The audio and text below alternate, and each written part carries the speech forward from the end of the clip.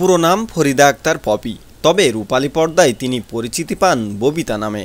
আজ এই চিরসবুজ অভিনেত্রীর জন্মদিন, তবে গেল কয়েক বছরের ন্যায় তার এবারের জন্মদিনটা ছেলে অনিকের সঙ্গে কানাডায় কাটানো হবে না। কারণ কদিন আগেই দ্বিতীয়বারের মতো করোনায় আক্রান্ত হয়েছিলেন তিনি। হাসপাতালে চিকিৎসা নিয়ে বাসায় ফিরলেও বিশ্রামে থাকার পরামর্শ দিয়েছেন চিকিৎসক। ববিতা বলেন, এখন করোনা নেই, তবে শরীরটা খুব দুর্বল, বাসাতেই বিশ্রামে আছি। এই পরিস্থিতিতে দেশের বাইরে যাওয়া সম্ভব নয়, তাই অনেকের কাছে যেতে পারিনি। পুরোপুরি সুস্থ হওয়ার পর ছেলের কাছে যাব। শরীরের এই অবস্থায় তো কোনো আয়োজন সম্ভব নয়, তাই বাসাতেই কাটাতে হবে দিনটা। প্রসঙ্গত, কিংবদন্তি নির্মাতা জহির রাহানের সংসার সিনেমায় শিশুশিল্পী হিসেবে 1968 সালে অভিষেক হয় ববিতার।